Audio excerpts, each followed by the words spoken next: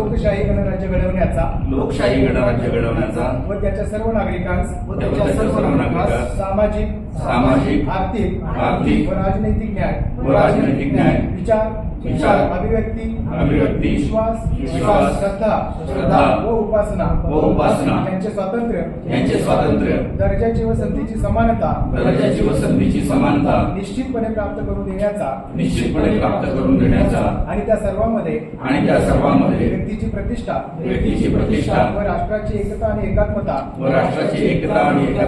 यांचे आश्वासन देणारी बंधुता प्रवर्धित करण्याचा संकल्पपूर्वक निर्धार करून आमच्या संविधान सभेत आज दिनांक 26 नोव्हेंबर 1949 रोजी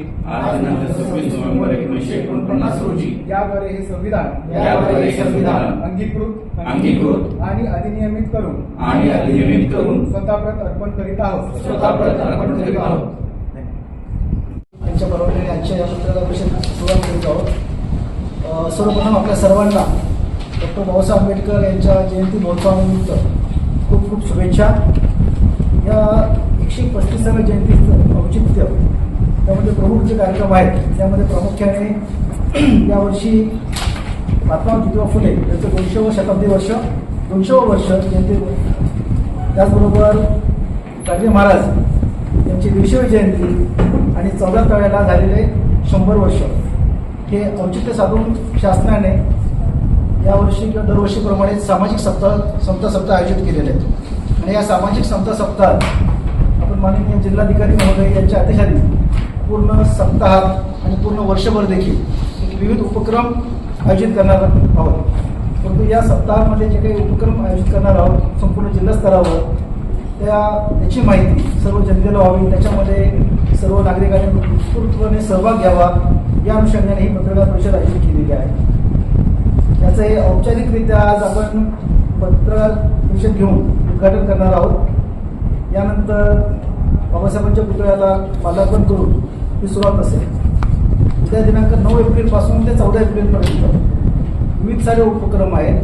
यामध्ये आपण जिल्हाधिकारी सरांनी दिलेल्या निर्देशाप्रमाणे आणि शासनाच्या जी-आरप्रमाणे सर्व शाळा, सर्व कॉलेज, सर्व महाविद्यालय या ठिकाणी हा सप्ताह साजरा करण्याचे निर्देश दिले. यामध्ये लघुनाट्य, एकांकिका, निबंध स्पर्धा, वक्तृत्व स्पर्धा, रॅली आयोजित करणे असे विविध उपक्रम घ्यावेत की जेणेकरून ह्या महापुरुषांना आदरांजली वाहिली जाईल आणि त्यांचे जे काही विचार आहेत त्या सर्वसामान्य जनतेपर्यंत पोहोचता येईल.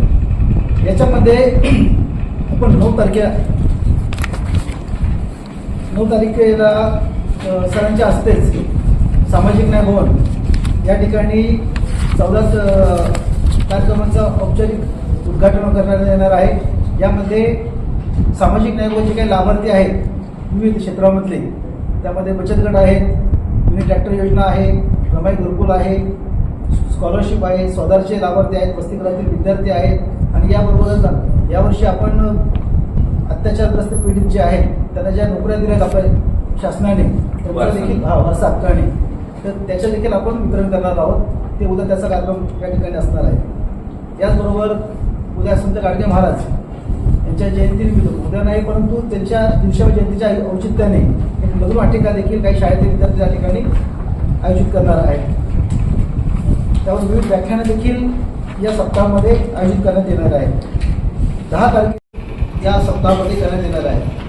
नंतर 11 एप्रिल महात्मा फुले यांची जयंती, त्या ठिकाणी आपण या ठिकाणी सर्व तालुक्यातील कर्मचारी, जिल्हास्तरावरील कर्मचारी आणि अधिकारी कडून या ठिकाणी जाऊन महात्मा फुले जयंती साजरी करणार आहोत. आणि तसेच ते उपक्रम वक्तृत्व स्पर्धा आणि व्याख्यान हे आयोजित करण्यात येणार आहे.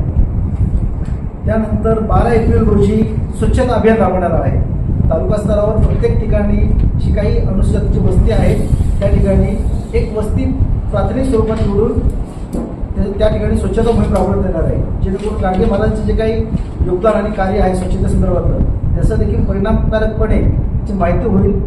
या अनुषंगाने आपण सातारामध्ये ओलार वस्ती या ठिकाणी ते स्वच्छता मोहीम आयोजित करत आहोत सकाळी 8 वाजता. त्याच दिवशी 11 वाजता संविधान जागर या विषयावर शाहीर रणदिवे यांचे एक ओव्हळ आपण सामाजिक न्याय भवन संयुक्त कार्यालय या ठिकाणी आयोजित केलेलं आहे. तसंच महिला मेळावा देखील आयोजित केलेला आहे. या महिला मेळाव्यामध्ये ज्या काही जिल्ह्यातील प्रमुख महिला आहेत त्यांचं सामाजिक क्षेत्रातलं योगदान आहे, त्यांचा सत्कार आणि त्यांचं व्याख्यान या ठिकाणी आपण आयोजित करत आहोत. आणि 1:30 वाजता महात्मा ज्योतिबा फुले यांचा जीवन कार्यावर आधारित बाहुली हा चित्रपट लघुपट देखील दाखवण्यात येणार आहे. 13 एप्रिल रोजी सकाळी 11 वाजता सामाजिक न्याय भवनमध्ये ज्येष्ठ नागरिकांसाठी आरोग्य शिबिर, त्यानंतर रक्तदान शिबिर हे आपण आयोजित केलेलं आहे. आणि त्या दिवशी ऑनलाईन व्हॅलिडिटी जे आहेत त्या मोठ्या स्वरूपामध्ये आपण त्या ठिकाणी जात पडताळणीमार्फत वाटप करणार आहोत. 14 एप्रिल रोजी माननीय जिल्हाधिकारी महोदय यांच्या नेतृत्वाखाली आपण एक राजवाडापासून ते बाबासाहेबांचा पुतळा या ठिकाणी एक रॅली आयोजित करत आहोत. त्यामध्ये सर्व जिल्ह्यातील प्रमुख पदाधिकारी, त्याच्यानंतर माननीय नगराध्यक्ष यांना इन्व्हिटेशन द्यायचं पण त्याची परवानगी घेतलेली आहे. असे प्रमुख पाहुणे, प्रमुख व्यक्ती त्या ठिकाणी उपस्थित राहणार आहेत. त्यानंतर 14 एप्रिल रोजीच कर्मवीर दादासाहेब गायकवाड सबलीकरण व स्वावलंबन योजना जी आहे त्याची माहिती आणि त्यांच्या कार्याबद्दल एक व्याख्यान आयोजित करत आहोत.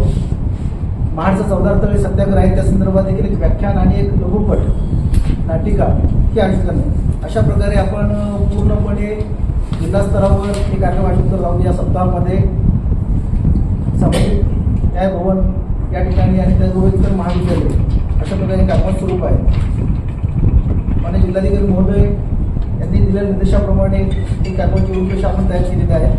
त्याबाबत जिल्हाधिकारी महोदय बोल बाबा आपलं सांगते. नमस्कार.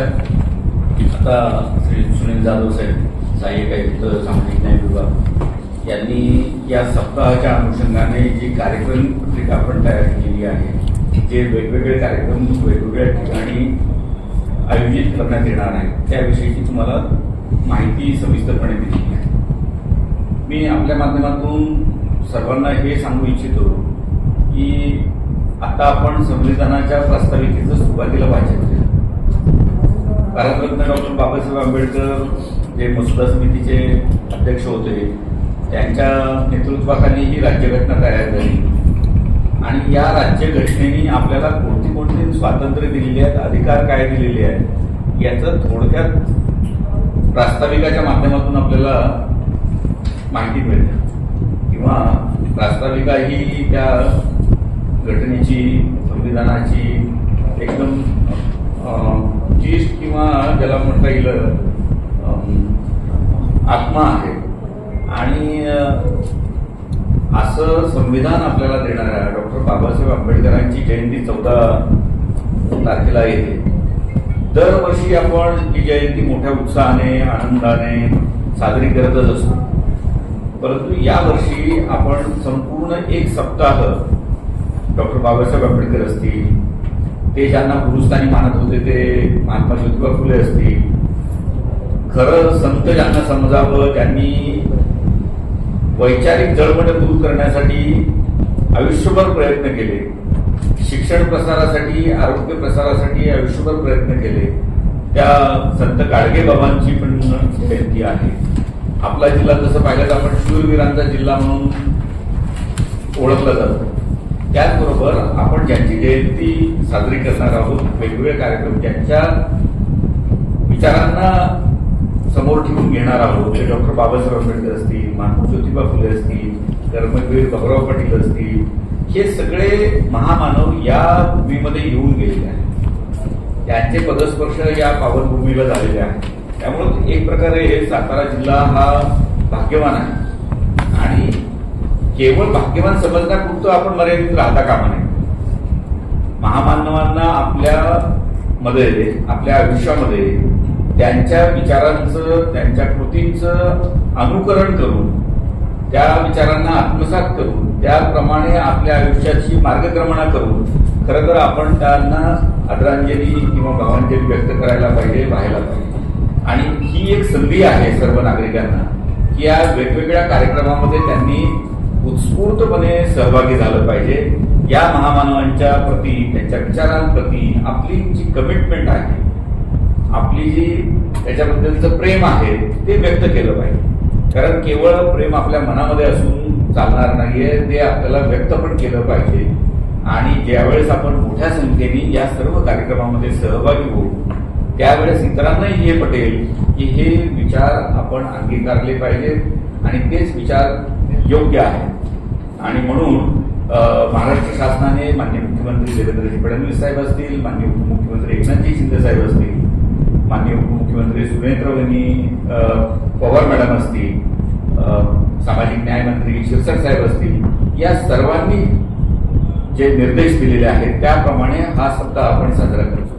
आणि हा सप्ताह आपल्या सहभागाशिवाय यशस्वी होणार नाही हे मी सर्व सातारकर नागरिकांना सांगू इच्छितो आणि ते आपल्या माध्यमातून सांगू इच्छितो. त्यामुळे आपल्यालाही विनंती आहे की आपण सातारकरांच्या पर्यंत हा संदेश घेऊन जावा आणि प्रत्येक कार्यक्रमामध्ये मोठ्या संख्येने आपण आपली उपस्थिती दर्ज करावी एवढीच आपल्याला नम्र विनंती आहे. धन्यवाद. आणि आपल्या माध्यमातून जनतेपर्यंत जाण्यासाठी. परंतु त्याचबरोबर आणखी एक विषय आपल्यासोबत शेअर करायचा आहे, तो म्हणजे भारतामध्ये आता 16वी जनगणना सुरू होते आहे. काही ठिकाणी सेल्फ इन्युमरेशनची प्रक्रिया सुरू झालेली होती आणि आपल्याकडे पण 1 मे पासून सेल्फ इन्युमरेशन किंवा त्याला आपण काय स्वयं नोंदणी स्वगणना ही आपली सुरू होणार आहे. त्याच्या अनुषंगाने आज जिल्हाधिकारी कार्यालयामध्ये प्रशिक्षण ठेवलेलं होतं. फील्ड ट्रेनर जे आहेत त्यांचं 3 दिवसाचं प्रशिक्षण ठेवलेलं होतं. त्याचा समारोप आज झाला. परंतु आपल्याला हे आवर्जून सांगितलं पाहिजे की जनगणना ही सर्व नियोजनाची पॉलिसीची ही एक बेस आहे किंवा पाया आहे असं म्हटलं तर काही चुकीचं होणार नाही. जनगणनेमध्ये जी काही माहिती जनतेकडनं संकलित होणार आहे ही माहिती गृहीत धरूनच आपण त्याच्यावर पुढचं नियोजन करणार असतो. जनगणना ही काही पहिल्यांदा होत नाहीये. स्वातंत्र्याच्या पूर्वीच्या काळापासून आतापर्यंत 15 जनगणना झालेल्या आहेत आणि 16वी जनगणना ही येऊ घातलेली आहे. आपल्याकडे 1872ला पहिली जनगणना झालेली होती आणि आता स्वातंत्र्यानंतरची ही 8वी जनगणना आहे. पूर्वी 8 झाल्या, ही 8वी स्वातंत्र्यानंतरची आहे. फक्त एकच वैशिष्ट्य यावेळेच्या जनगणनेचं असणार आहे की पूर्वी आपण पाहिलेलंही असेल की मोठ्या कागदाच्या वेगवेगळ्या रकान्यामध्ये माहिती हाताने भरली जायची. परंतु आताच्या डिजिटल क्रांतीच्या जमान्यामध्ये आताची जनगणना सुद्धा डिजिटल पद्धतीने होणार आहे. आपल्या घरी जो प्रगणक भेट देणार आहे, जो माहिती संकलित करणार आहे, आपल्याला जो काही प्रश्न विचारून काही माहिती जाणून घेण्याचा प्रयत्न करणार आहे आणि त्याची नोंद ही पूर्णपणे डिजिटल होणार आहे. त्यामुळे भारतीय स्वातंत्र्याच्या इतिहासातली ही पहिली डिजिटल जनगणना राहणार आहे. ही जनगणना जो जनगणना अधिनियम 1948 आहे त्याप्रमाणे जो काही अधिकार शासनाला प्राप्त झालेला आहे त्यानुसार करण्यात येणार. ही जनगणना 2 टप्प्यामध्ये करण्यात येणार. बऱ्याच वेळेस हे टप्पे आपल्याला डिफरन्शिएट किंवा वेगवेगळे माहीत नसल्यामुळे लोकांना असं वाटण्याची शक्यता आहे की 1 मे पासूनच आपण शिरगणती किंवा ज्याला खाणेसुमारी किंवा प्रत्यक्ष मोजणी म्हणतो ती करण्याची सुरुवात होणार आहे अशी आपल्याला वाटण्याची शक्यता आहे. परंतु मी आपल्याला सांगू इच्छितो की पहिला टप्पा हा घर यादी करण्याचा, घरगणना करण्याचा.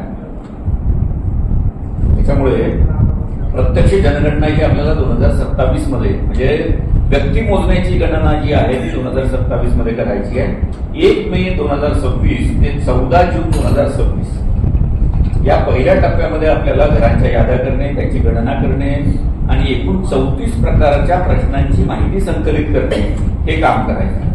त्याच्यापैकी 1 मे 2026 ते 15 मे 2026 या दरम्यानच्या कालावधीमध्ये https://se.census.gov.in या वेबसाईटवर कुटुंब प्रमुख किंवा व्यक्ती आपल्या स्वतःच्या घराच्या बद्दलची माहिती स्वतःहून भरू शकतात. सेल्फ इन्युमरेशन ज्याला म्हणतो आपण, काय म्हणतो, स्वगणना ही आपल्याला 1 ते 15 मे या दरम्यान करता येणार. आणि जे हे करणार नाही आहेत किंवा ज्यांनी केलेली आहे त्याचं व्हेरिफिकेशन 16 मे पासून 15 जून 14 जून या कालावधीमध्ये होणार आहे. म्हणजे 1 महिन्यानंतर आपल्याला प्रत्येक घरोघरी भेट देऊन त्याच्याबद्दलची माहिती जाणून घेण्यासाठी प्रगणक घरोघरी जाणार. हा आपला पहिल्या टप्प्याचा दुसरा भाग असणार आहे. आणि त्याच्यानंतरचा जनगणनेचा दुसरा टप्पा जो आहे तो 2027च्या फेब्रुवारीमध्ये होणार आहे, की ज्यामध्ये व्यक्तीचं नाव असेल, त्याचं वय असेल, लिंग असेल, शिक्षण असेल, आर्थिक स्थिती असेल, याविषयीची इत्यंभूत माहिती संकलित करण्यात येणार आहे. आता या जनगणनेला बरेच लोक पहिल्यांदा सामोरे जात आहेत. प्रशासनामध्ये जे काम करत आहेत त्यांच्यापैकी काही मंडळींनी 2011ची जनगणना केलेली आहे, परंतु बऱ्याच लोकांनी केलेली नाही. आता जवळपास 2011 म्हणजे आता 15 वर्ष पूर्ण झालेली आहे. आणि त्यामुळे जे जनगणनेचं काम करणारे लोक आहेत यांना प्रशिक्षित करणं हा सगळ्यात महत्वाचा टप्पा आहे. आणि तो टप्पा आता जवळपास पूर्णत्वाला जातो. एकूण 27 चार्ज ऑफिसर असणार आहेत आणि तांत्रिक सहाय्यक असतील, यांचं प्रशिक्षण पूर्ण झालेलं आहे. हे चार्ज ऑफिसर म्हणजे कोण असणार आहेत? आपले तहसीलदार आणि नगरपालिकेचे मुख्याधिकारी. हे त्यांच्या क्षेत्रासाठी चार्ज ऑफिसर असणार आहे. त्यांच्या नेतृत्वाखाली त्यांच्या कार्यक्षेत्रामध्ये हे जनगणनेचं काम पूर्ण होणार आहे, किंवा दुसऱ्या शब्दामध्ये सांगायचं झालं तर ते त्यासाठी जबाबदार असणार आहे. म्हणून त्यांचं प्रशिक्षण आपलं पूर्ण झालेलं आहे. परंतु हे त्या कार्यक्षेत्रामध्ये नेतृत्व करणारी मंडळी आहे. प्रत्यक्ष फील्डवर जाऊन कोण करणार आहे तर ज्याला आपण प्रगणक म्हणतो किंवा इन्युमरेटर्स म्हणतो, हे लोक जाणार आहेत. ते लोक असणार आहेत जवळपास 5,000. तर या 5,000 लोकांचं प्रशिक्षण आपल्याला पूर्ण करायचं आहे. आणि या 5,000 प्रगणकांना ट्रेन करण्यासाठी आपण फील्ड ट्रेनर्स नियुक्त केलेले आहेत. तर असे 94 फील्ड ट्रेनर्स नियुक्त केलेले आहेत. यांचं प्रशिक्षण आपण 6 एप्रिल ते 11 एप्रिल या दरम्यान घेतोय. त्याच्यातला पहिला टप्पा आज पूर्ण झाला, पहिल्या 3 दिवसात. उद्याचा परवा तेरवा असा दुसरा टप्पा असणार आहे. तर हे सर्व प्रशिक्षक स्वतः ट्रेन झाल्यानंतर पुढे प्रगणकांना ट्रेन करणार. तर मी फक्त आपल्या माध्यमातून सर्व नागरिकांना एक सांगू इच्छितो, विनंती करू इच्छितो की 1 मे पासून 14 जून पर्यंत पहिल्या टप्प्यामध्ये जी घरगणना होणार आहे, ज्यावेळेस प्रगणक आपल्या घरी येणार आहे, त्यावेळेस आपण कुठेही घाबरून न जाता, कुठलाही संकोच न करता, तो व्यक्ती अधिकृत असल्याची ओळखपत्रावरनं खात्री पटवून घेतल्यानंतर त्यांनी विचारलेल्या सगळ्या प्रश्नांना, 34 प्रश्नांना खरी खरी उत्तरं देऊन माहिती आपली नोंदवावी. आणि ही माहिती पूर्णपणे गोपनीय ठेवण्यात येणार आहे. याचा कुठेही मिसयूज होण्याची शक्यता नाही. परंतु खरी माहिती संकलित झाल्यामुळे भारत सरकार असेल किंवा सर्व राज्य सरकार असतील, यांना त्यांच्या पुढच्या नियोजनाला एक चांगला डेटा मिळणार आहे. आणि त्याच्या आधारे वेगवेगळ्या योजना असतील किंवा धोरणं असतील ही चांगल्या पद्धतीने आखली जाऊ शकतात. आणि सर्व नागरिकांना आणखी एक विनंती करतो की आपण यामध्ये कुठला तरी लाभ आपला काढून घेतला जाऊ शकेल असा गैरसमज कृपया बाळगू नये. या माहितीच्या आधारे तसा गैरसमज केल्यामुळे खोटी माहिती दिली जाण्याची किंवा तसं सांगितलं जाण्याची शक्यता नाकारता येत नाही. म्हणून मी स्पष्ट करू इच्छितो किंवा आपल्या माध्यमातून सांगू इच्छितो की जी माहिती खरी असेल ती आपण नोंदवा, ती आपण सर्व प्रगणकाच्या माध्यमातून नोंद करून घेतली जाईल आणि त्याप्रमाणेच अंतिमरित्या अपलोड होणार.